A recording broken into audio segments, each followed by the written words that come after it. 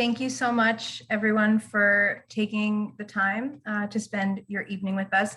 My name is Katie Hunter Lowry. I am the coordinator of the Louisiana Survivors for Reform Coalition. We are one of the co-hosts of this evening's event.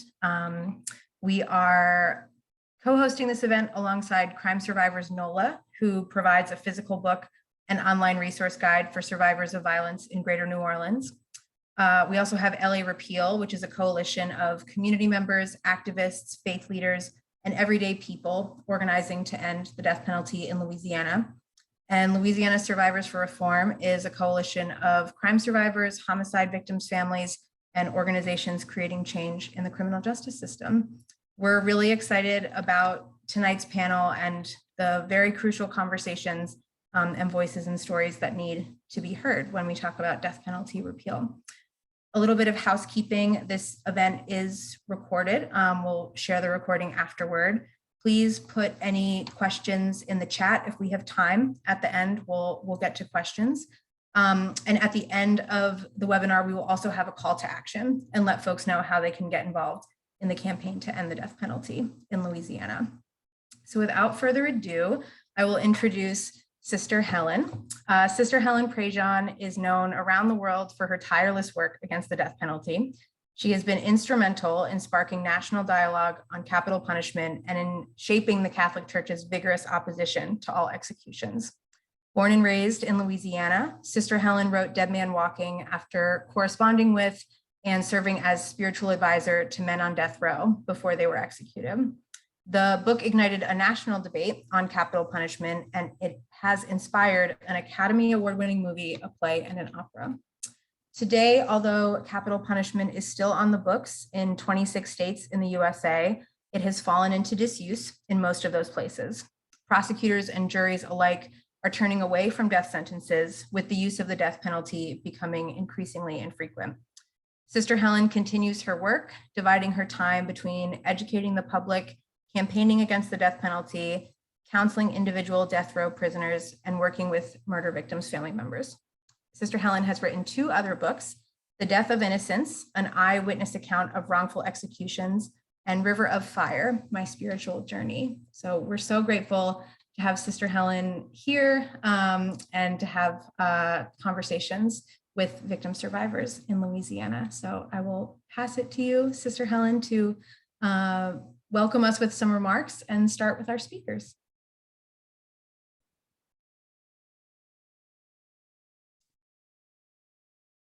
And you need to unmute, Sister Helen. I'm going to, there we go. Okay. When I am unmuted, I am unleashed. Prepare yourself. No, I keep thinking the image that comes to my mind of being with this holy group of people is the burning bush. And that was a revelation of God to Moses. And as Moses approached the burning bush, the voice of God came from the bush saying, Moses, this is holy ground. Take off your sandals. And I feel like that with this group of people, you know, with Rose Preston, who's going to be with us and talk to us, and Melissa Bays, and Jamie Inglis, and Flozell Daniels, people who have all been in a crucible of suffering. And so I just want to say that it's humbling for me. Thank you for letting me be a precious little part of this. And my whole desire is for you to get your voices out, you to get your stories out, because that's where the life is. That's where the healing is. And so let me begin with that. I have to say, this very day, we launched Louisiana Repeal. We had the press conference at the Capitol. The 2 legislators introducing the bill spoke. We had a good Catholic turnout. We had students from our academy, St. Joseph Academy, our girls' school, the boys' school, good turnout. And it is the anniversary today, April 5th, early in the morning, right after midnight, when Patrick Saunier was executed, and I was there. And I witnessed his killing, and it changed my life. I spend my life because when all we can think of is violence, punishing with violence, throwing lives away, we can have no healing. And the witnesses, the primary witnesses to us in our country that we need to find a better road are all of you that are going to be on the panel tonight. So let's begin right away with Rose Preston. As Katie mentioned, Rose has written this book. God, I wish we had had this book so many years ago, a crime survivor's guidebook. I mean, to help you through every step. When I first started getting involved with victims' families, they would go to like the DA's office and ask for help. And there was one deputy one time, he just opened some drawers and said, I don't see anything about helping any crime victims here. Why don't y'all write to Ann Landers? She helps people. Wow. That's the lack of total understanding or care when we began in the 80s in this. So now here's Rose Preston, founder of Crime Survivors NOLA, and who has produced this wonderful guidebook. And it's a resource not only for survivors and victims' loved ones. Rose's husband, James, you were saying all this in nanoseconds, Rose, and the eons and all the suffering that has gone into each of these. But your husband, James, and his mother were murdered in 2003. And you, Rose, continue to update the guidebook because it's such a concrete way to help people. And you keep lifting up your own experience with restorative justice practices for healing. And you're currently working to bring, we want to hear about this, a trauma recovery center to Louisiana, which can serve survivors of violence in a holistic way. God, do we need that? So can you take us, let's start with the experience following the loss of your loved ones, and what was your interaction with the criminal justice system? Well, thank you, first of all, for coming here to host this with us. And I also want to thank Katie and Louisiana Survivors for Reform. This is such an important issue, and crime survivors don't usually get this opportunity to talk about it.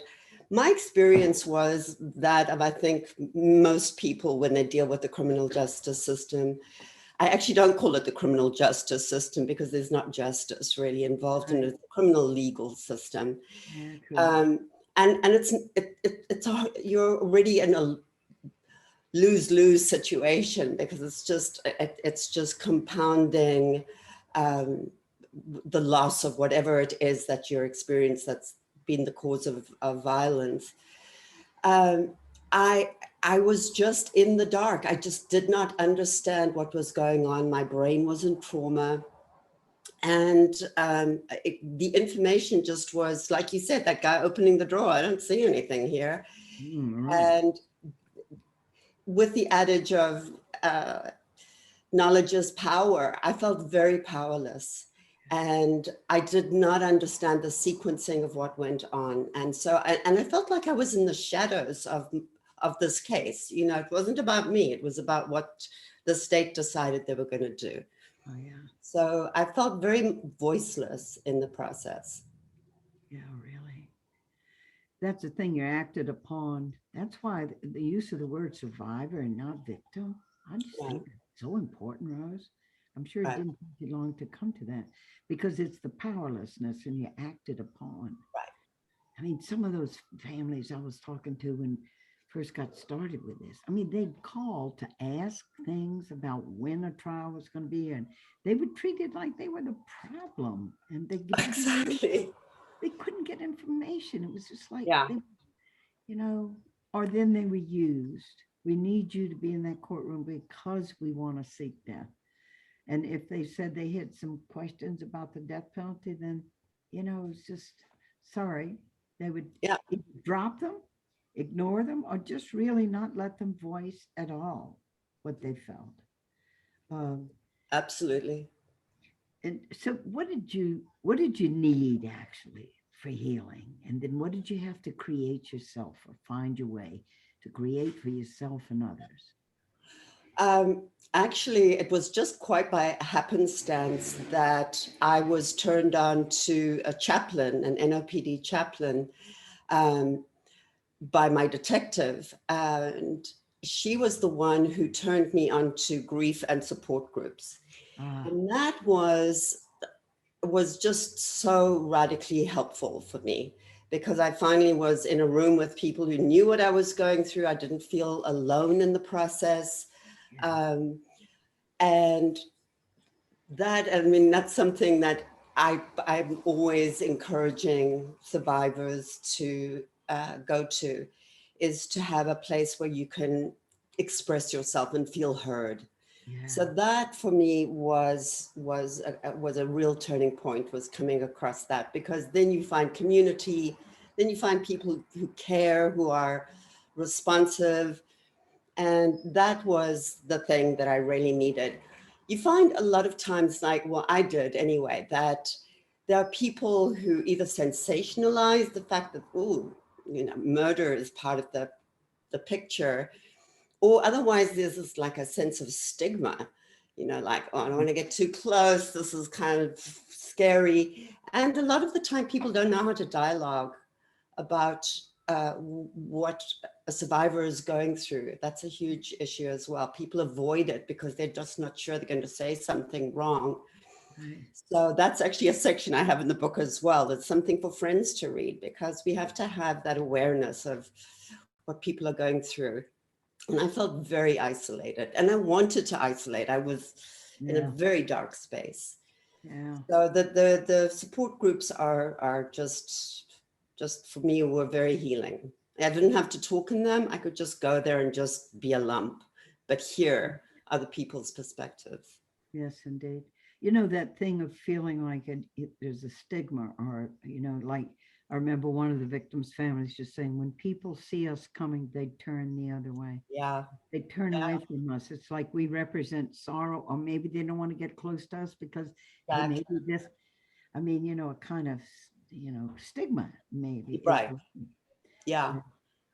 And And so, also I think there's so much, I mean, oof, I got into deep, dark spaces, and I was like caught up in my own vengeance fantasies. I think when you feel just this outrage of loss from violence, it's a normal response to have that. sure. But you know, it makes it tricky to be around people like that. You know, it's intimidating because there's so much anger, and it's like, you know, Yeah. but that's part of the thing. I think that you know, we go through phases when you're going Right. through trauma. And the other thing, obviously, I think that's helpful is to get counseling of some sort as well on a Yeah. personal level. I'm a big believer in that. I think That's airing things smart. out, learning there's a great phrase we have on our little bookmark, and it says, there are three needs of the griever: to find the words for the loss, to say the words aloud, and to know the words have been heard. And I think that's just, you know, the sense of being in the shadows is just so devastating, Yeah. that finding support like that is critical. And people who won't judge you because you're having dark, demonic thoughts yourself. Right. What, did you find this to be true, Rose? I found with some of the victims' families that I got to know that anger at the beginning and having these vengeful thoughts, it gets you out of bed in the morning. I mean, you can't let it, it's going to kill you if it'll Yeah, consume you if you yeah. stay. But Mhm. I mean, nothing like getting the adrenaline Yeah, going. I mean, because you've really been hurt, and yeah. anger is a self responding. Look what you did. Look what happened. Um, and so, did you like what happened with the anger? Did it gradually, or does it still come sometime and you Oh, it feel, still comes through. yeah, Yeah, I can find plenty of other things to transplant it onto any other situation. Can be very triggering in that way. yeah, Time is a healer. It does. I mean, there's an eventual acceptance that this is your new reality. yeah, But, you know, one of the words that sticks in my craw a little bit is when people go, have you found closure? It's like, man, that just isn't part of the deal, you know? you ought to deep six that word, the But it close. has expanded. I mean, just the whole thing with the death penalty issue. Um, my husband and I were not in favor of the death penalty, but when something like this happens to you personally, it's like, well, this is different in this situation. You can't help that. It's a normal part of it. But I think, if you respond in that anger, you're just going to be in the loop. And like you said, you are just, you're motivated by that. It'll eat you up. Yeah. And so it's been a long process to come to terms with it. And I'm in process of that. Yeah. Yeah. So Rose, how did you come up with doing this book? Was this a gradual thing of? Well, first of all, after the homicides, I like I said, I just could not compute the terminology, the sequence of events. It was so intimidating and confusing. And so I would insist on having meetings with top brass and going, I want to know, but I couldn't remember the information because my brain was just in trauma. Yeah. And so I had suggested that they write a book, and I said, let me just do a chapter on it. Just from see what's going to happen there. Survivor. Yeah. And of course, it just wasn't happening. So finally I was like, well, I better write the book if I want it to happen. So it was a learning curve for me to understand the thing. I'm very proud that I made a flow chart because it really is, I really want people to see the sequencing. It's so, I would just be agonized because I felt that I wanted to do right by my husband and mother-in-law in terms of seeking the consequences in the legal system. But it was just this paralysis of fear. So it's again, knowledge is power. And that was the genesis of the book. But the paralysis too, grief is one thing, but trauma, you were traumatized. I mean, one day your husband was alive and your mother-in-law, and then the event is so traumatizing, Right. Right. And trauma is its own. What did you learn about trauma and how to deal with trauma? That is the thing that is just the thing that you get swept up into. And I felt very lost in that trauma for a long, long time. And I think we actually, the psyche gets imprinted by the trauma. And of course, that's true of like anything traumatic or difficult that happens in our life. But really, it was finding people where I could feel heard. That's my big thing, is dialogue. I mean, I learned about restorative justice as a way of rather than just going, I want my pound of flesh from you. It's really the thing that I think a lot of survivors talk about, is trying to understand the why did this happen? And, there's never going to be a satisfactory answer to that. But I think, to deal with the trauma, you have to go and look at all of these things that bring you, I feel like I'm getting a bit wafty, but anyway, I think it's really important to examine it, self-examination, self-awareness, and having support from others. Yeah. Well, what we see in you that gives us courage and then helps us is that you got actualized. There's something in you that it called forth, and you didn't just wallow in it and just let it overcome you, but you I had plenty of moments where I wallowed, believe me. Yeah. How could you not, Rose? Yeah. Really, how could you not? How could it be a human experience and you just no wallowing, you just stood up and did it as if? Absolutely. There's a great quote I heard of Ram Dass saying to somebody who was grieving, and he said, how long has this been going, have you had since this event? And it was a couple of years. And he said, go and grieve some more. And I think that is so important for survivors to feel like they aren't being expected to, get over it and move on. Let's move on. It's like, until you're in that space, you don't know what it feels like. Rose, what is grief? What is the feeling of grief? What is grief? What is grieving?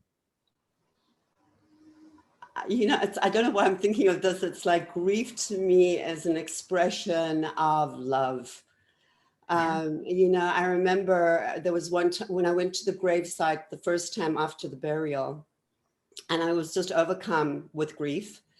And two relatives of my husband were with me, and the one just was clearly very uncomfortable with my tears.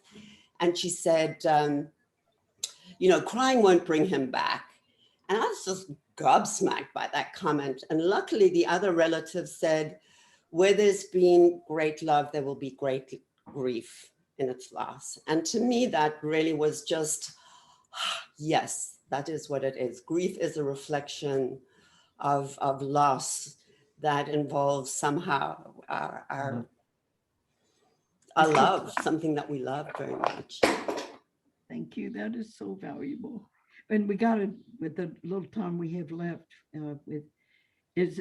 Who was William Barnwell to you? How did you know him?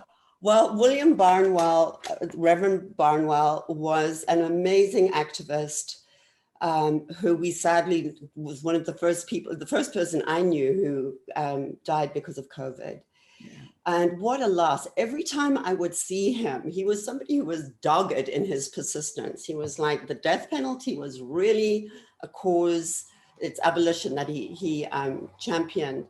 And every time I would see him, he was like, you know, we need to do a panel with Sister Helen and talk about the death penalty. And I loved that he was somebody who was like, this may be a long road, but don't give up. You be on the road, just chip away, walk away, walk on the road, keep walking, keep making awareness happen. What a gentleman he was. And you know, he wrote a English grammar book. I mean, you know, he's such a gentleman and such a spiritual man, just in so many ways. He's one of the best human beings I ever knew. One quick little funny story, because we got to keep humor alive, right? Right. He's the only chaplain I know, a reverend that I knew, who caused a mini riot at the women's prison. And this is in the introduction to his book when I got to write an introduction. So he's this young guy, Orleans Parish Prison, and he sees this support group of the men, and he's so impressed. They helping each other. Man, you're not telling the truth. You know, you're addicted to drugs, all that. And he was so struck by their honesty. They would pray together and how they helped each other. He got permission to bring the group of them to the women's prison. Oh, wow. And he said, oh, the sharing's going to be wonderful. They can help inspire the women. Well, of course, they bring the groups together. It didn't take long. They hiding behind a pot plant and they going all about twos. I mean, and the guards have to come in. They bust it up and they send the men away, and the women riot. I said, William, you caused a riot in a women's prison. So anyway, I had to tell that story in the introduction. He was such a good man. Such a good man.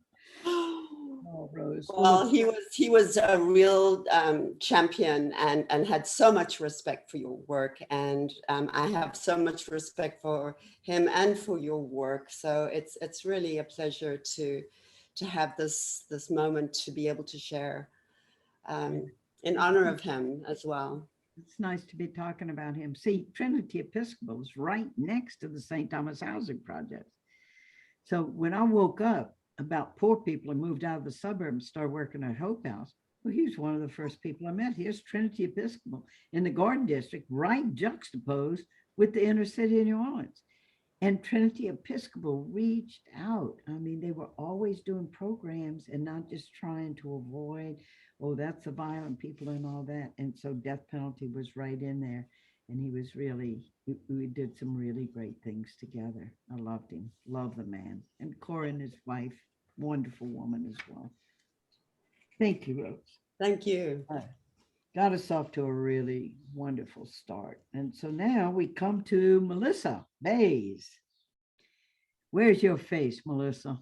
Sister Helen, I'm going to jump in to say it wouldn't be a Zoom without some tech issues. So Melissa is still trying to join us, and Jamie is going to go ahead and be our next speaker if you'd like to. I mean, you know, we have to adapt. So anyway, okay, Jamie, where's your face? Here we go. Here's my face. Yeah, Jamie coming in under the wire. He did 14 other things.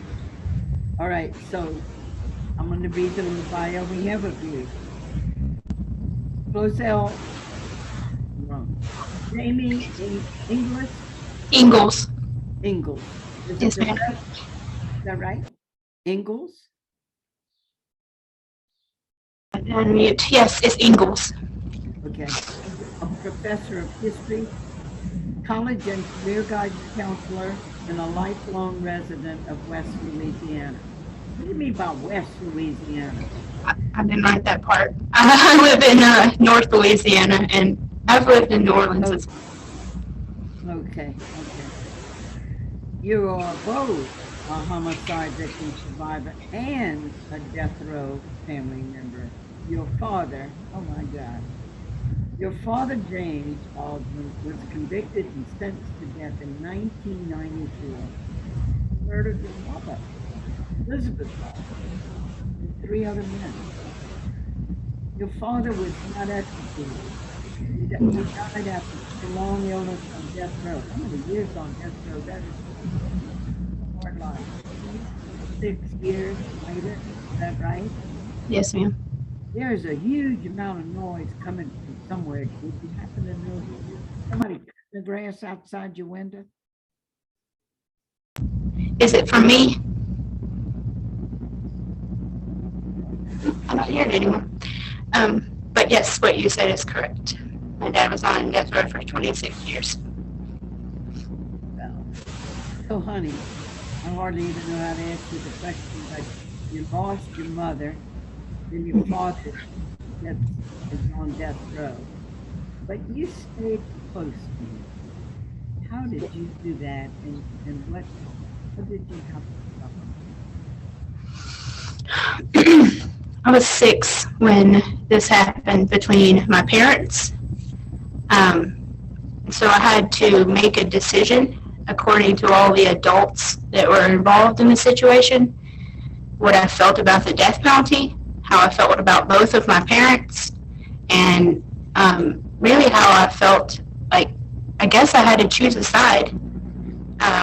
Everyone decided I had chose a side if I continued having anything to do with my dad. My mom's parents actually had a really, that was a really big deal. Yeah. They decided that my sister and I had chosen, because my grandma already had custody of us, and we continued to live with her. And I don't know, it was like when it happened, everyone categorized us and looped us in with my dad. I mean, they even asked our opinions on him getting the death sentence. Yeah. Was that And if anyone is out, the attorney was asking you that? Yes, ma'am. He put us on the stand, my sister and I both. She was 4. Oh, Yeah. And so when they asked me, I had read about it because I was only 6 years old. And I said, if you're not going to let him come home, then I would like for him to have a life sentence. And as a 6-year-old, it's hard to conceptualize that both of your parents are gone forever, no matter what happens. They're gone. And so I was just like, if he's not allowed to come home, then give him a life sentence. And my sister was just like, I would just want my dad to come home. Unfortunately, I watched my mom's parents laugh at her because she was so little and naive. They just decided to discount the way that she felt. And with my dad passing away in 2020, that was the end of all of my family members other than my daughter and my sister's son. All of these people that are involved in the entire situation are gone except for me and my daughter. Well, my daughter visited my dad for 5 years before COVID shut Angola down. And I think through her I learned a lot about children and trauma, because I took her since she was a baby to see my dad, and she only ever knew him as her papa. yeah. And everybody that knew my dad knew he was a very loud, outspoken man. He was going to tell you what he felt, whether you wanted to hear it or not. He did the same thing to me. But through her, after losing my sister, the both of us lost my sister, through my daughter, I saw him come back to life. Wow. And to see a man do that while he's on death row in stage 5 renal failure with, he had multiple amputations at the end of his life, like being able to see the humanity inside Angola. And one day we were just standing in the visit line, and she was like, man, a lot of people live where Papa lives. And I realized at that moment, we didn't have to survive what had happened. There just wasn't, everyone was grieving so much, they forgot, I think, that we were there watching, and we heard all of it and knew, I knew what was going on very clearly. I think the hardest part of it, though, is that everyone immediately forgot that we had lost our mother. And then we lost her whole side of the family. And then we lost all the people that used to be close to us because, my grandma was advocating for her son's life. Well, this is DeSoto Parish, and you don't do that here. Every person that is convicted or even accused of murder is condemned, even your family is as well. And no one was ever like, hey, those 2 children have done nothing. The children of the men that my father killed, they were treated as victims. In fact, DeSoto Parish called, when my dad passed away, they called one of the men's sons and told him, James Baldwin is being buried in the same cemetery as your dad. How do you feel about that? And he had just gotten out of prison. So instead of falling into that and letting them win, I took that and I turned it around, and I got on Facebook and I told him, I was like, we don't have to do this anymore. We didn't do anything to each other. Our parents were friends, their parents were friends. It's a community cemetery. I'm going to lay my dad to rest where he wanted to be laid with my sister's ashes. I'll clean your dad's grave. And that is going to be where we call it even. And he said, okay, just send me a picture. And I did. It took me a year because COVID.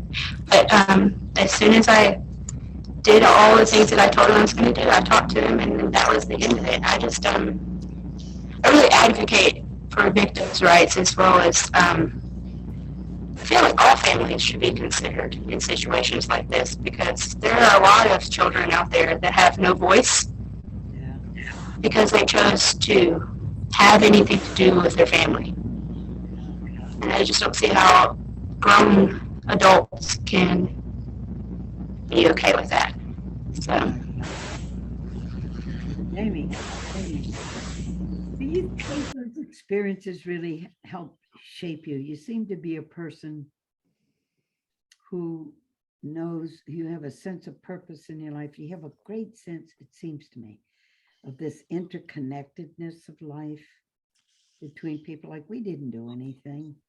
And these crazy divisions, when you have some kind of system of violence where it forces you to take sides. I've noticed that so much.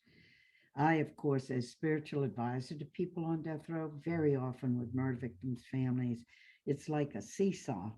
And if you're not against the death penalty, if you see dignity in them, you must be against us. What do you think? What's that? What's going on there? What is going on there?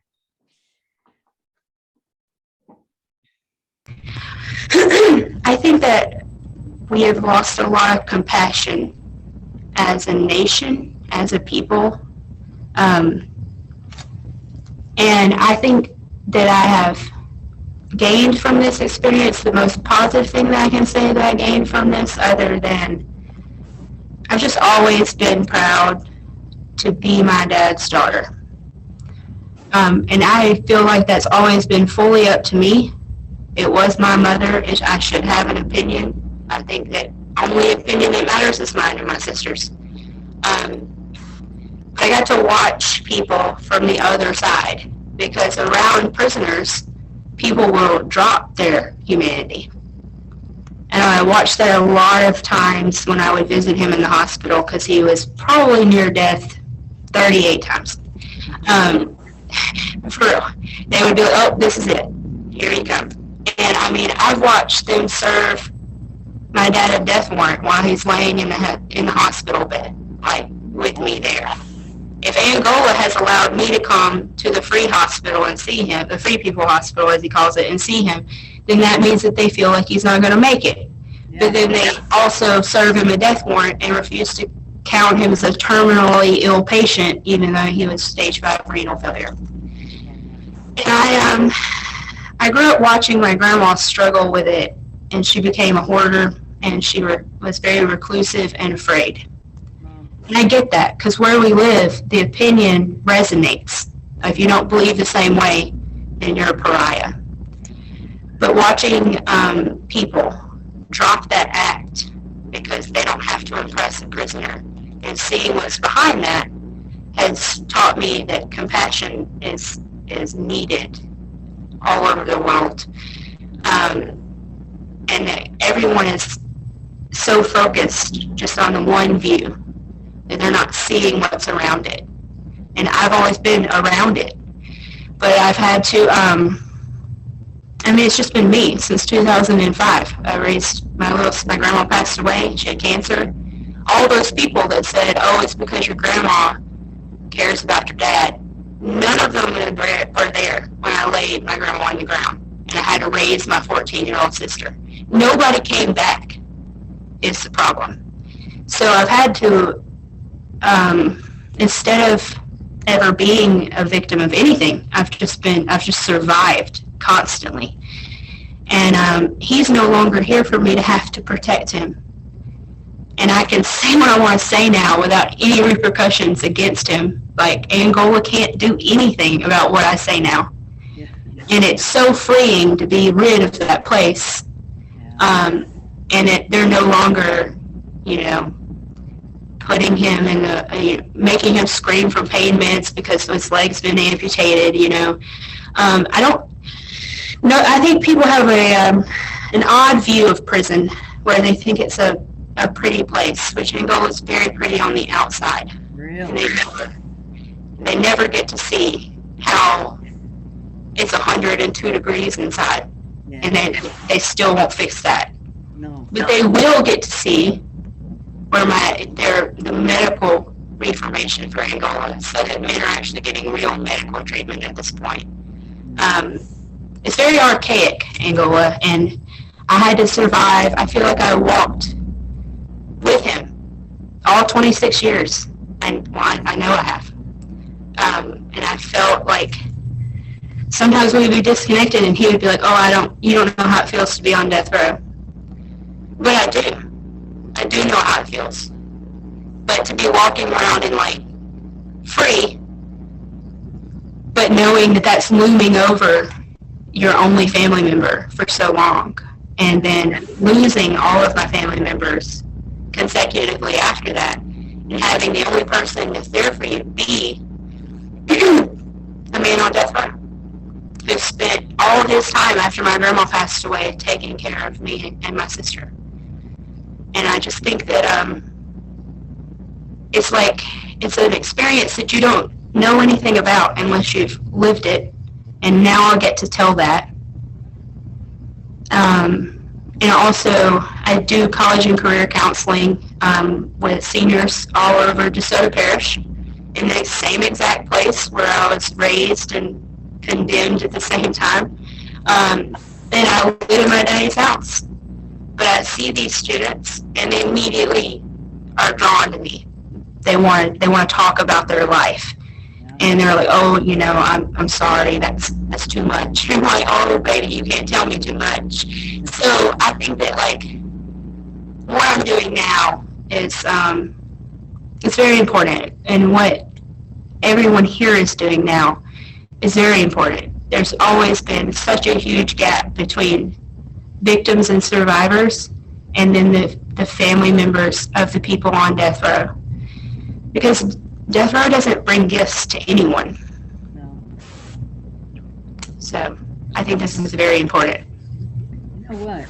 You always able to find words. Were you always able to find words? I mean, here you are, a little 6-year-old on the stand. Were you always able to articulate? Or did that, it had to grow inside you. You had to start out as a child then. But you really got to, I can see why I was going to move there next to ask you about counseling, because you are safe. I mean, because, young people struggling to feel their vulnerabilities. And the last thing I need is somebody totally put together and perfect, because then they don't say anything. I can see why you're safe, but you seem to have found words and still have words. I was quiet for a long time because I was more afraid of someone hurting my sister with their words or their opinions, or my grandma, or me in general, just us all together. It was better for us just to be quiet. We would visit our dad twice a month. We went twice a month for 13 solid years. And sorry, the audio, okay. I'm gonna see if that helps. There's literally no one else in this building with me, sorry. I was quiet for a long time because I was watching what was going on around me. And I knew that people's opinions deeply affected my grandma. So I through observations, have gathered, I guess, my consensus on the situation. I haven't always had words, mainly because it's hard for someone to be able to relate to you when you are still part of someone on death row's life after they've murdered one of your family members. And my dad never said that what he did was in innocence, that it was in self-defense.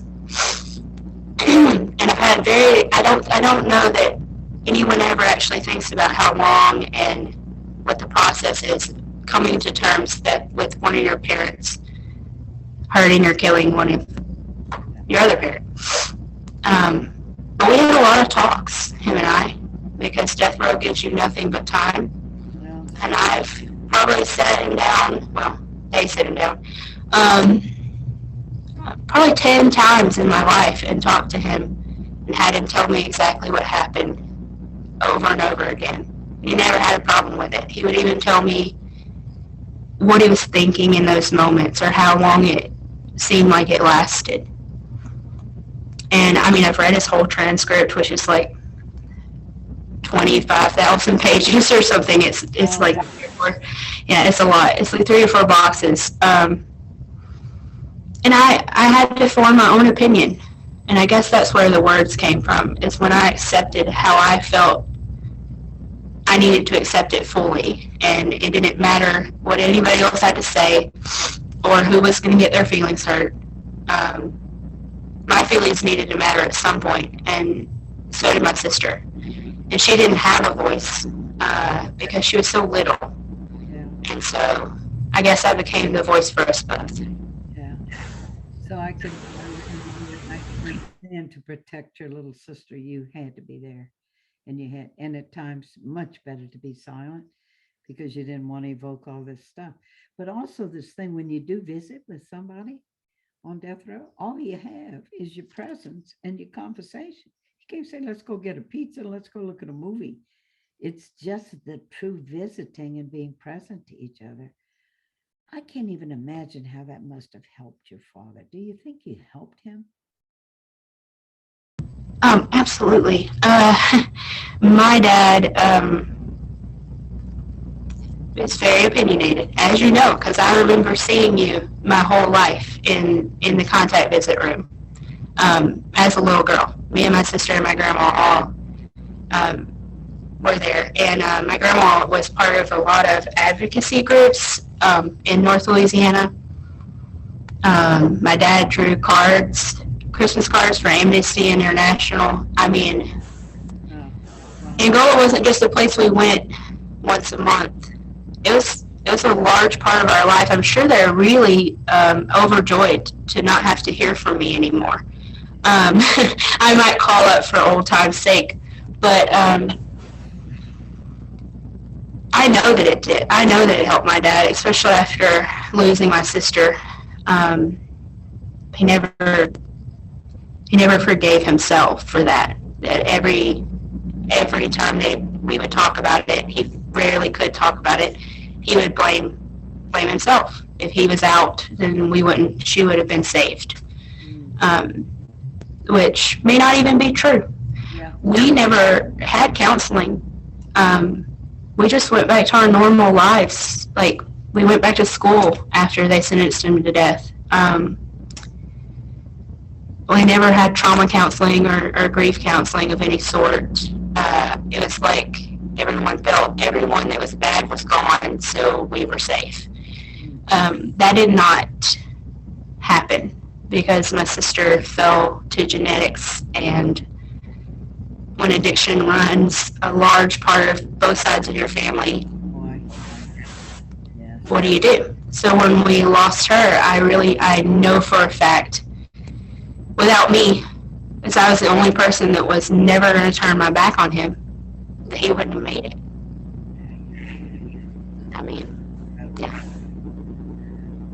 I wouldn't have made it without him. When my grandma passed away, I was 17 years old, and I had to have a funeral and raise a child. And if it wouldn't have been for him calling me, and then he called every day for the rest of his life. But if it would, we survived together. We kind of held each other up. Unfortunately, it wasn't for the reason that he even went to death row. It's because of my sister. But I don't know. If I had decided, or someone had decided for me not to be part of his life, where would it be? Yes. You know? And that's what I think when I look into every child's face that I help. So. Well, what an incredible story. Thank you for sharing with us. Because you invite us all, because everybody's got their stuff to face, especially in families where things are hardly perfect, relationships where things are never perfect, where, you really give us a lot of courage, Jamie. And so Godspeed on your path and whatever comes next. You have any ideas you're hatching or things that you want to do that don't exist yet in your life? Yes, ma'am. I will be probably writing a book at some point. I really do think it's a very important step towards progress. If anything is going to happen, the class action lawsuit against Angola, I know is very important to my dad. And now that he no longer needs protection, I can put all of the things that I've seen out there. Yeah. And,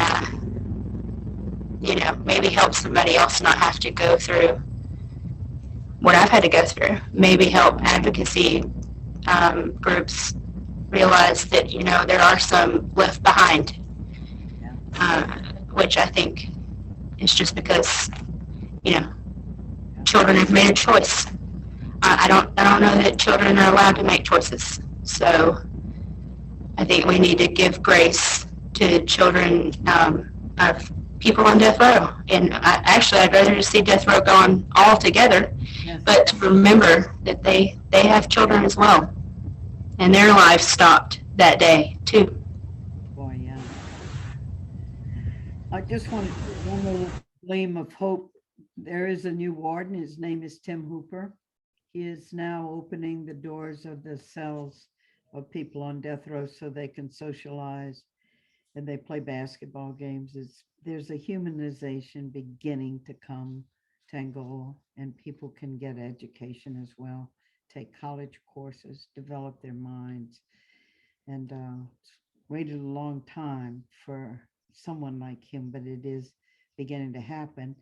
And they've shuttered pretty much the killing chamber. We haven't had an execution in 15 years, but not killing people. I'm still shocked by it all, Jamie, that we still think that the way to answer things is to kill people. Because I've met incredible human beings on death row. And so anyway, thank you. If I can be, look, when you write your book, I'm making you a promise and I'm making it publicly. If I could be of any help to you when you go to write that book, like to do a blurb or something to support that book, to help you get a pub, you call on me. And they know how to get me. Whoever set this thing up. And thank you. We need that book. It'll be wonderful, because when people read a book, see, they're quiet and they're not talking. They're going into a deeply interior place. And yeah, I think you can be able to help a lot of people. Thank you. All right, so where are we going next, Chief? Who we got? Did Melissa make it? Melissa has made it, and Sister Helen, we've had a request that you speak a little louder if Okay, that feels good for you. I will do that. But yes, please, Don't make it good for me. You better believe. Okay. please So we welcome got Melissa. Melissa. Okay, Melissa, where's your face?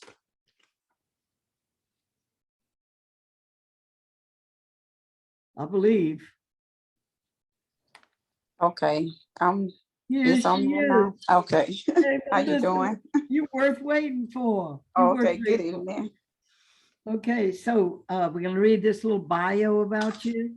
Did Yes, y'all ma'am. lose? Did you lose my face? Can y'all No, see? ma'am. Okay, because something went out here. Give me a second here, because I've lost your face. Okay, I think I have to get back on.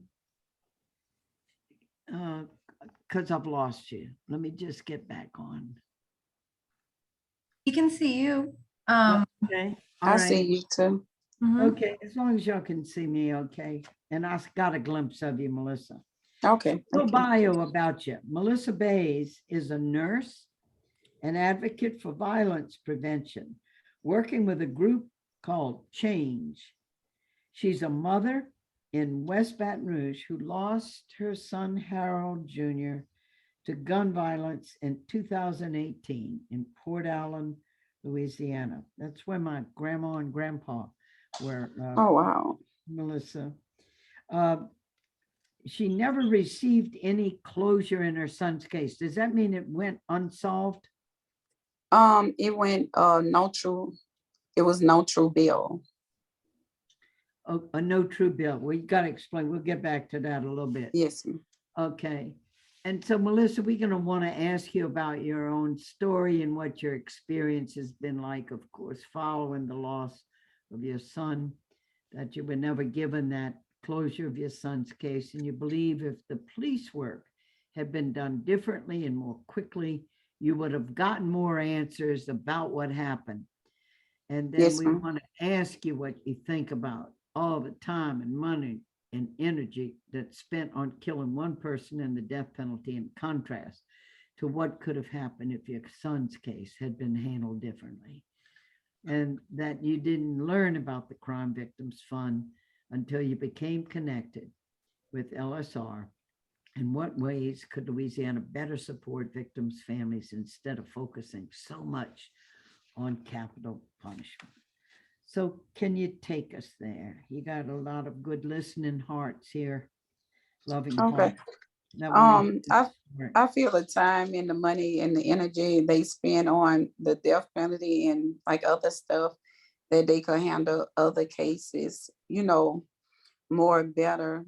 That's Yeah. just as important as those type cases. Uh-huh. And can you take us into does that mean, no true bill? There was no trial. They never caught the perpetrator. What is no true bill? They said it was a trial, but they didn't have, I guess, enough information. So like if it's no true bill, they can like revisit it at any time once they get like more information. So because there was not enough information, then no Mhm. one was really brought to trial for the killing of your son? Well, they brought people in, but I think it was more like people they didn't like. It was one that they said like side him up or whatever like that, but some kind of way everything, because I don't know a lot about it, but I know everything didn't with the no true bill, they didn't find enough information or evidence to so they was let out, like released like a month later.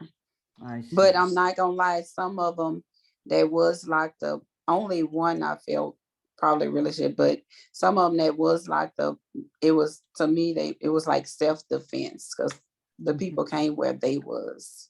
Okay. Yes. So it was a number of people involved in your son's death? Yes, ma'am. Yeah. Yes, So ma'am. gosh, so how old was Harold? And 25. 25. And so Yes. can you share a little bit with us about him? What was it about your son that you love the most? And what's been the Oh, greatest? wow. There's a lot you love, obviously. Wow, did I? I Oh, love his little smile, and like even when he was little, and he was very truthful. He was very truthful. He would tell on you, and he'll tell what he did, why he did it, whatever. But he was a very truthful child. Even when he was a little, one time I recall the kids telling him, boy, stop acting like a baby, telling your mama I love you. And no matter what, one time he was getting on the bus and they said, boy, you acting like a little baby. Because he told me, and I think Harold probably was about 13 or 14. oh, And wow. he said, I could tell my mama I love her. That's my mama. I love my mama. And so nobody never did stop him from saying that. And up until the night Harold left here, he was, I tell everybody that night, he would have told me, good night, my love. He used to say, good night, old lady, I'll be back. Or I love you. And every morning it was good morning, my I love you, or good night, my I love you. Oh, And when I be passing down the streets, I miss that the most because he'll pass by me. I always saw Harold. And when he passed by me, he'll do like this and smile. He had these little diamonds in his mouth and no lie, smile like diamonds. And he'll smile at me. He'd do his little fingers and do like that. And I just miss that. I miss the homeless part about him. If Harold used to be little with money and he would give the homeless people on side the road money. He went to Biloxi one time to the casino and he met this little homeless guy. The guy was at Waffle House and he did a video with the guy and the guy didn't have nowhere to stay. So he gave him money. He had just won and he gave him money to stay somewhere. He gave the guy tried to leave out the Waffle House.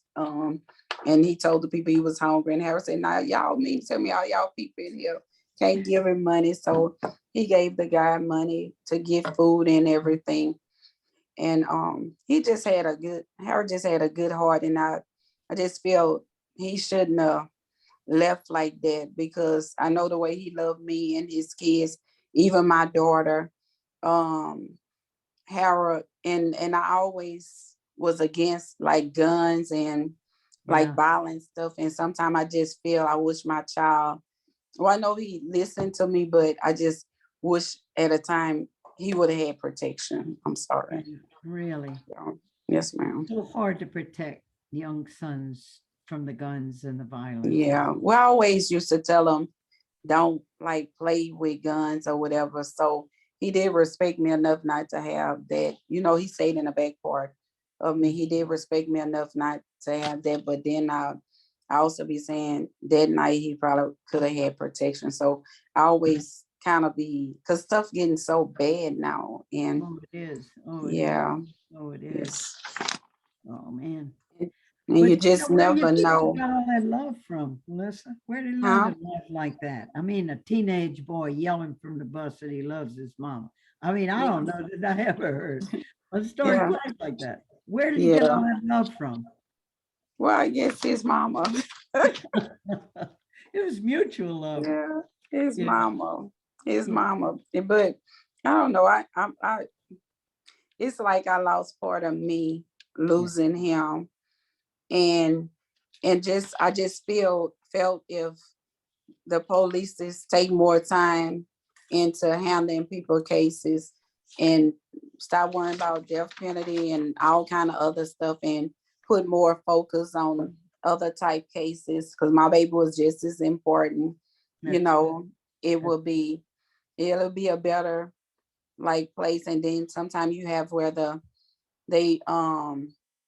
they would lie so much in certain people cases, and they would lie so much in certain people cases till you could have somebody say somebody did something, and a lot of times And another thing that kind of like worried me with the death penalty, I have an oldest son, and one night the transformer blew up.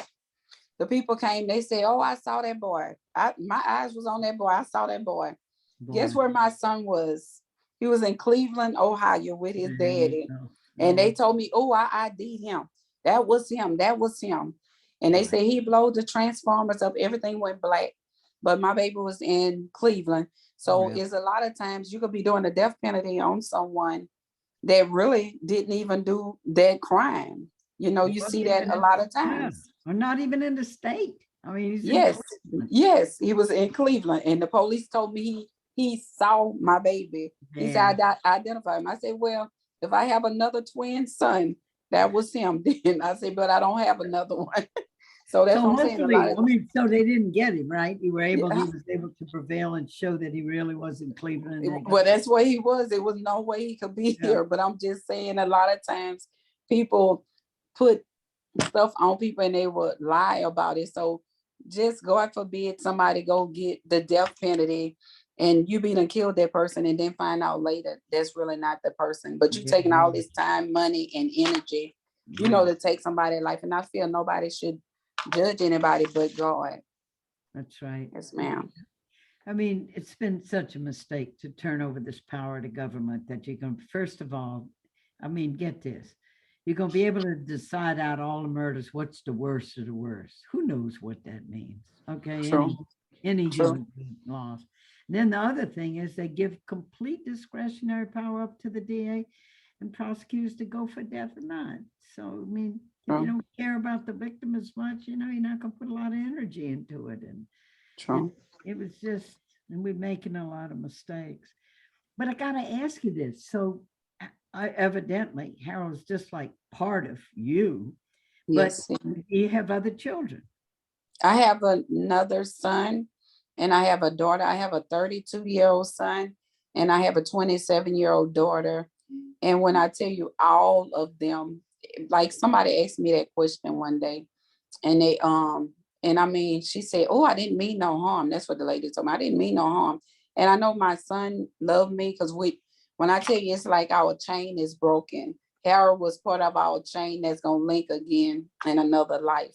But it's like my daughter, I have an uncle that died like 2 weeks ago, and I always was there to help my uncle. And he would call me all times of the day or night. So I kind of deal with him too because I miss talking to him. But I'm saying that to say this: when my uncle passed, my daughter hadn't been to a funeral since Harold 4 years ago. And so when she went, she was crying in so much because the song came on. He saw the best in me, and she was crying and she couldn't stop crying. So then after the funeral, she said, "Mom, Mom, you told me if I didn't want to go with you." She said, but she told me, she said, "Mom, you always was around Larry." She said, "I can't let you go by yourself." But I told my daughter and I told my son, I know they still worrying over their brother. So I told him, I said, "I gotta go to his funeral." I said, "It's gonna be hard." I said, "But if y'all don't want to go, y'all don't have to go." I didn't want to put that burden on them because I know that we all still dealing with Harold. But she went anyway. And when I tell you, something there just brought her back and she couldn't stop crying about Harold. And she said, "Ma, I know I cry over Harold because for Christmas, somebody gave her a picture of him and she kept crying. But she said, "Ma, I didn't know I would cry that much at a funeral." She said it triggered her. Yes. So that's what I'm saying. When people do that, nothing like music, huh? Nothing like yeah, a song, and you're all calm and stuff, and a song just yeah, it reaches into our soul. It's just really wow. yes, Wow. yes, yeah, So you freedom from feeling the burden of going with you, but they yeah, too. yeah, Yeah. yes, ma'am. You some kind of mama. Some kind of mama. So what else you Yeah. do with your life? Tell me what you do with your life other than loving your kids, with your hobbies. Well, I have a little I work, and after losing Harold, I've been kind of, well, I've been in the hospital in the medical field forever. But before that, I used to go in, sometimes I worked the telemetry floor, and I did that like 15 years, and I would work on the telemetry, and so much you see people getting, shot, killed or whatever. And I never felt it until my baby, till I lost her. I used to be in tears when I see kids, young boys, because that's all you saw. And I get pulled to ER, and I would see so much, but once it hit home, it was a totally different ball game. So now I'm kind of like I work at the school now, with the school, but I went visit our floor at the hospital, and they asked me when you're coming back, but I'm just not ready for that, because certain stuff trigger me so much with him, because I really miss him. Oh, gosh, So because I just, you've been through grief and loss and trauma. yeah, Since he's yeah. alive. And I'm trying to go back to life. God knows I am. And I met the guy who they said killed, the guy whose son they said killed my son. I met his father during that time, and everybody asked me, well, how can you talk to his daddy? But I tell them I met the daddy like a week later, because at first I didn't want to do it. And then everybody was saying, how can you talk to the daddy? But my husband never did want to talk to the guy daddy. But I was saying, if he's the type of parent I was with my kids, I can't fault the daddy for it. Right. So, and the daddy is the one who connected me with the change group, the boy daddy. Oh, really? Yes, Tell me ma'am. about that change group. Tell me about that change group. It's for mothers who lost their kids to homicide, and sometimes we go canvas in the area, to talk to people about gun violence and stuff like that. Good for you. Yes, ma'am. But you know what? That meeting of that daddy, because imagine what he was going through, huh? And suffering because of what his son did. Yes. So you got to talk to him. I talked to the daddy, and the daddy was the one who connected me with the homicide group, and he wanted us to like work together, to solve the stuff. But I didn't go that far with it. But I mean, the daddy was a real nice guy. Yeah. Yes, it was. Oh, that's really great. Yeah. I mean, I know the hero, I wrote this book called Dead Man Walking, and the hero of the book is the father whose son David was murdered, and tell about his journey. And at first starting with just the anger of how he wanted to kill the ones who killed his own son, and having to go to the morgue and identify his boy who had been so alive, and they used to fix cars together. He loved his boy so much, and boom, he's murdered. He's down at the morgue, and just this anger. And the thing is, the way he described it to me, Melissa, was that he just said that I was angry all the time, and I was losing who I was. I was, I'm snapping at my wife. I'm making her cry, and I'm a kind person. I love to help people. I was losing that. And when he made his way through that, he kept praying to Jesus to help him. And he got that grace.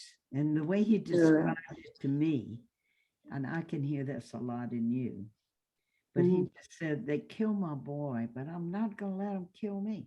That love that he had with his son.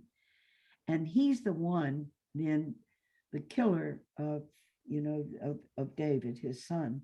The mama whose son had killed lived in this little town, and the townspeople hated her. They throw dead animals on her front porch. She couldn't go to the store. And he went to visit her, and he brought her a basket of fruit, and he said, Miss Sonia, I'm a parent just like you, and as parents, we never really know what our kids might do, and I just want you to know I don't blame you for what happened to and if you need me, you call me. And you with that father, look at you reaching out to that father, that compassion as a parent of that father. Boy, that says a lot, Melissa. That says, what a story. Yes, ma'am. Yes, ma'am. What do y'all, now tell me a little bit about what y'all do in Change. And Change, we just go around, and a lot of times we give out like gun locks and information Yeah. for people who lost, for mothers who lost. Lately, the lady Miss Liz, they've been giving flowers to different mothers, like a flower when somebody get killed or whatever. Yep. And we go in like different neighborhoods just passing out information or whatever. But when we started with COVID, it kind of like slowed down. Yeah. Yes, sure. ma'am. Yeah, Yes, well, ma'am. COVID slowed everybody down. Yeah. We Yes, got it ma'am. going again. Yes, So ma'am. that's really great to Yes, do. ma'am. Yeah. Well, Yes, ma'am. anything else you want to add before we leave here and go on to someone else? What a joy to talk to you, Melissa. You too. That Oh, was it.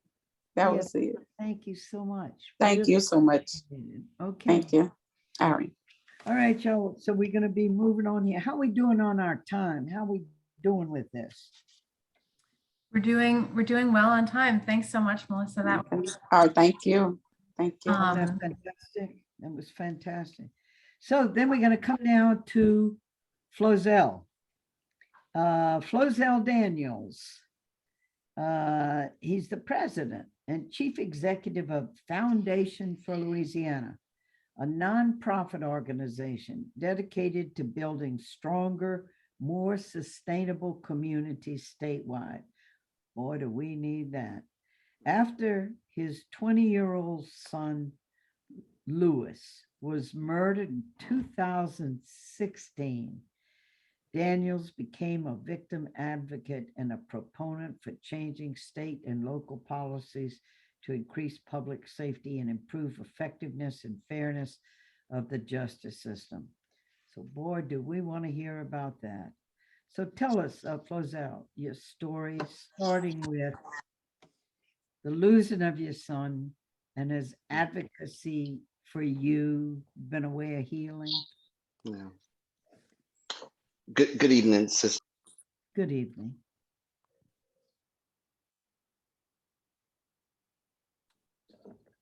You're muted, Flozell. I'm sorry. I was just running my mouth. Can you guys hear me now? Yeah, we can Okay, hear you great. now. So run it some more. Run it some more, Flozell. I was just saying I'm so grateful for being here with you all and to be able to share this space. I'm grateful for the Louisiana Survivors for Reform for making space for us and to be able to have this really important conversation and to bring community into it. I met Nnamdi Richard Lewis when he was 2 years old. I fell in love with his mom and I fell in love with him and his older sister, and we were married a few years later. And so he was a delightful boy with fat, chubby cheeks and an easy smile. And he was, even though he grew to be 6'2" and was a tall boy, I'm a little short guy, I'm 5'5", he would always hug me, always kiss me. He called me Pops.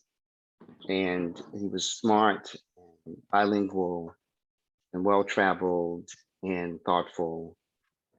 And we had no idea, we just had no idea that at the age of 20, we would get that phone call that Rose, and Jamie, and Melissa know all too well.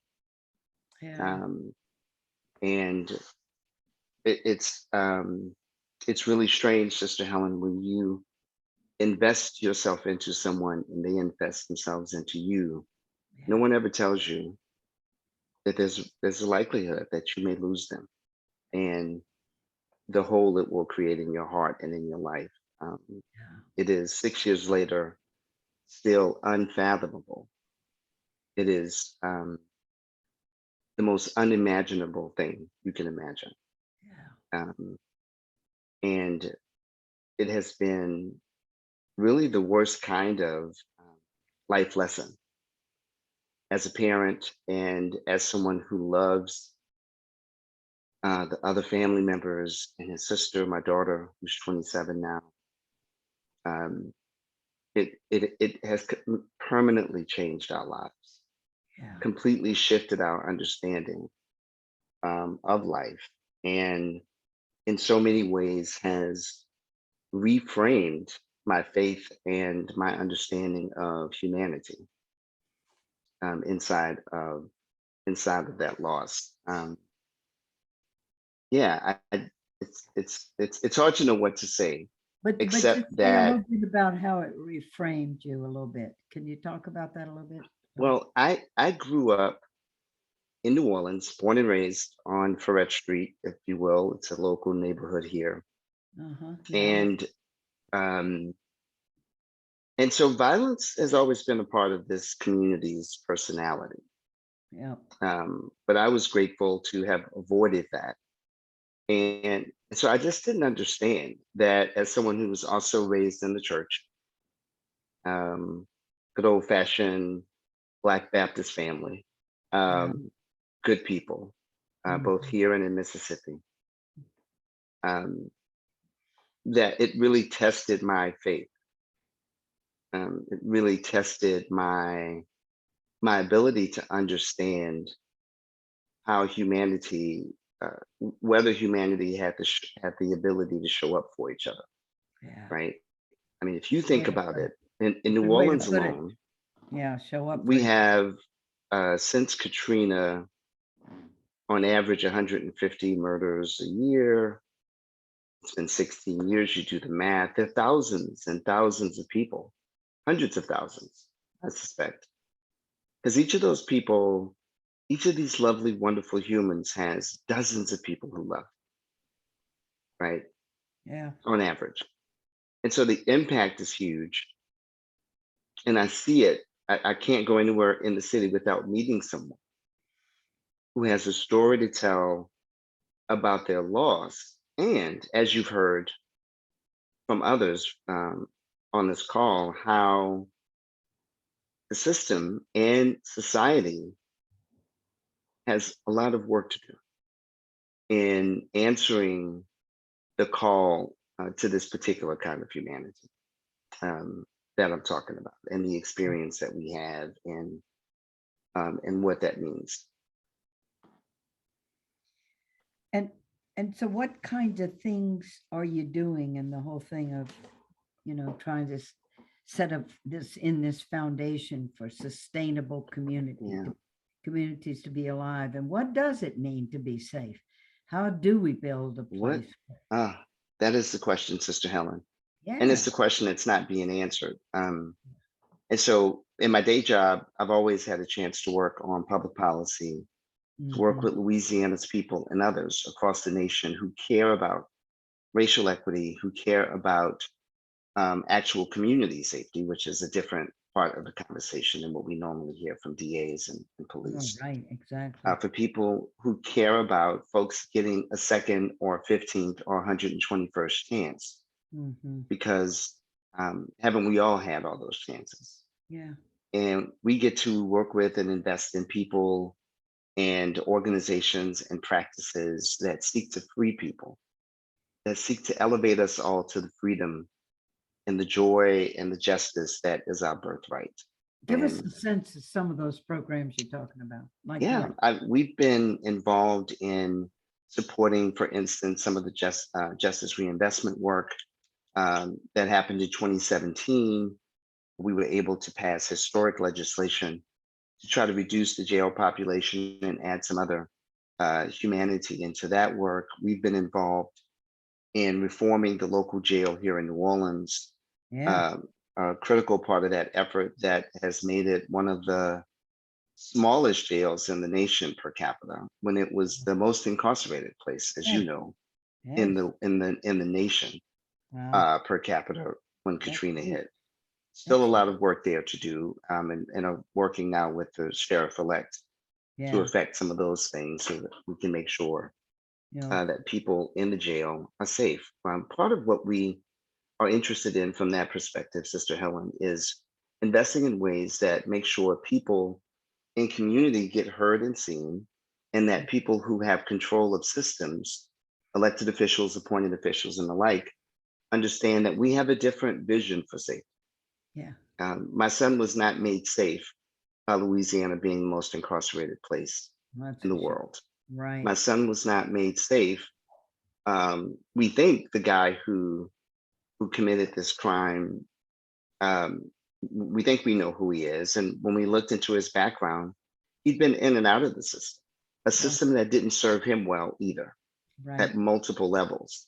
Mhm. And so there's a larger narrative beyond our personal grieving and family hurt to get to why is it that a country, that a state, that a city like New Orleans, who spends so much money and time on so-called public safety, why are we one of the least safe places in the world, especially for Black and Brown folk, Yeah. right? Yeah. And I have to tell you that a part of our analysis is really clear to us that the systems that say they care about public safety, in fact, do not care about public safety. And what we're trying to do is uncover some of the economic drivers, some of the racial inequity drivers of why the system is so consumptive. Why is it so rapacious and so evil? It really is evil in its work. And how can we put more control back in the hands of those of us on this call and others who really want to reconcile a different kind of humanity with each other, Yeah. who want to create space for us to entertain how we heal ourselves and each other, Right. to diminish violence in a way that sees all of our full selves. These are really important questions for community. I hear this from people when I'm out in community. These are important questions for people of faith. These are important questions for people who care about fairness and decency. And people Yeah. really want to engage in the tough part of this work. They Yeah. don't want to just lock them up and throw away the key, or heaven forbid, kill someone Yes. on behalf of community. It's Yeah. the craziest thing I've ever heard of, except it is the very value that this country was built on. It should not surprise us, Sister Helen, Yeah. Let that me this ask level you, of state violence is promoted. This is a yeah, part and parcel of what the state does. let me ask you, what role do you think, Roselle, that at that education, and one of the shocking things for me, because I'd always been in the white private school system. And Mhm. when I moved into the St. Thomas Housing Projects, we had an adult, learning center where people could come back and get their GEDs. I was shocked out of my mind that Yeah. people are coming in from the public schools. They were like, this kid was a junior and he couldn't read a third grade reader. Mhm. I Yeah. mean, what do we, is that one of the systems you think that really, what do you see when you say we got to rebuild? It's hard, Sister Helen, because if you can imagine in your mind a grid where all these systems actually are interconnected. Right, And so you can't really talk about one right, without talking about, so you'll never have a fair and well operating education system, a right. public system, as long as you have an evil and greedy criminal legal system. Yeah, And you'll never have a fair and prosperous economic development apparatus inside of this capitalism, right? As long as you have an emphasis on taking assets away from working people and right. giving more assets to the wealthy, right? You're the biblical scholar here. What is it? What is it said about it being easier for a camel to get through the eye of a needle than a wealthy man to get into? Look, we Jesus was real clear. He never had he good was stuff to say about rich people. He it didn't. was crystal clear. No matter where your faith is, or if you're agnostic, those lessons are critically important. Here we are in 2022 with systems that are driven by deep personal and systemic racism. Yes. They are driven by a deep bias and dislike for low wealth and poor people. Yeah. Systems that have created addictive situations that they then feed off on. There are connections here to all these things, and what we're learning in Louisiana with a tremendously powerful and thoughtful. And as you heard on this call from Rose, Jamie, Melissa, and others, strong people. This is hard stuff to talk about. Yeah, very. This is hard stuff to engage in. And so we think, both in my own personal life and at Foundation for Louisiana, there is a way for us to reimagine our lives. And the first place we have to start is in the worst case scenario, we have to stop killing people for the so-called sake of community, and then saying that we are trying to stop violence when we are committing state violence. Yeah, that's right. It doesn't make sense. It's not logical. It is not moral. It fits none of the standards of the so-called Bible Belt. And it has not only diminishing returns, it has negative returns, Right. because it sends the signal that our answer to violence is more violence. Right? I If mean, that's a signal, then everything else is off the table. So yes, Sister Helen, we should invest in education. We should invest in many things. But fundamentally, we first have to stop this system from sucking our people into it and eating them alive, and then blaming them when they're victims of it. literally, you know what, Flozell, when you look at it, we spent $280 million in the capital punishment system in the last 15 years to get one execution. Pumping money into this killing process, which is the state imitating the worst possible human behavior and imitating what they do. And then claiming for victims' families, if they wait 15 to 20 years, they get to watch. And that's supposed to heal them. Yeah, Sister Helen, I sit on the state's public defender board, where we get a chance we try to have at least a fighting chance to make sure people have representation. Good for you. In the Sixth Amendment right. And one of the things that we've learned is it costs us between $10 and $12 million a year to represent death row and cases and death cases. And if we took that off the table, those resources could be invested somewhere else. There you go. It just goes to show you how, to the points that you're making and that others have made, we don't even have the resources to invest in education and in other opportunities, because we're so busy feeding this monster that's been eating our communities. Best way to put it. Are you heartened by the fact that we now have a DA in New Orleans who campaigned that he was against the death penalty and trying to do some reforms? Are you heartened by that? You know, I'm heartened by the DA. I'm heartened by the sheriff-elect in New Orleans, but I'm also not persuaded that our only answer is in getting good people elected to office. It's a critically important part of the systems reform, Sister Helen. But what we also know is that the folks on this call are the real answer. The people who are going to advocate and push for accountability consistently. Because what we're seeing with an uptick in crime, as you know, is an uptick in people calling for the death penalty. I had someone call me last week and say, but the children have to be killed because they kill someone. We had a really heinous crime here recently. Yeah. And it's the same cycle we see every 10, 12 years here in Louisiana and across the country. And so I don't believe that that's the only answer. I think we're going to see some good things that come out of it. And we're hoping that this is the session where we can push through this bill. Yeah. To at least take death off the table so that we can have a fighting chance to talk about it. We launched it. We launched it this morning. I saw it. So it's we're gonna exciting. be in it. We're gonna be in there. And I think luck favors the prepared, and we have been prepared. That's so good.